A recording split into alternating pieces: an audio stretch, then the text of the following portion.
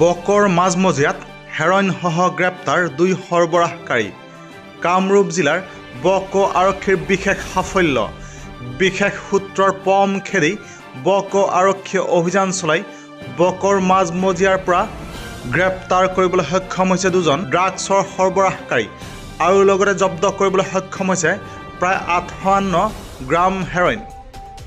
এক বিশেষ খবৰ, যোৱা নিশা কামৰূপ জিলাৰ বক আৰক্ষীয়ে বিশেষ অভিযান চলাই জব্দ কৰিবলৈ সক্ষম হৈছে হেৰইন আৰু লগতে গ্ৰেপ্তাৰ কৰিবলৈ সক্ষম হৈছে 2জন হেৰইন সৰবৰাহকাৰী। গ্ৰেপ্তাৰ কৰা সৰবৰাহকাৰী 2জন নগৰবেৰাৰ ইলিবৰ আৰু শ্বাহেদ আলী বুলি আৰক্ষীয়ে জানিবলৈ দিছে।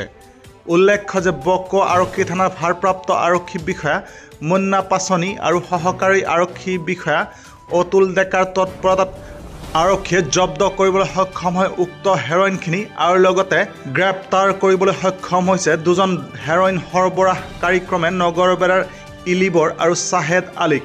প্ৰাপ্ত তথ্য অনুসৰি গুৱাহাটীৰ দিশৰ পৰা বকলৈ বিক্ৰীৰ বাবে আনিছিল উক্ত হেৰইনখিনি। ইতিমধ্যে NDPS আইনৰ অধীনত এক গোচৰ ৰুজু কৰিছে বক আৰক্ষীয়ে।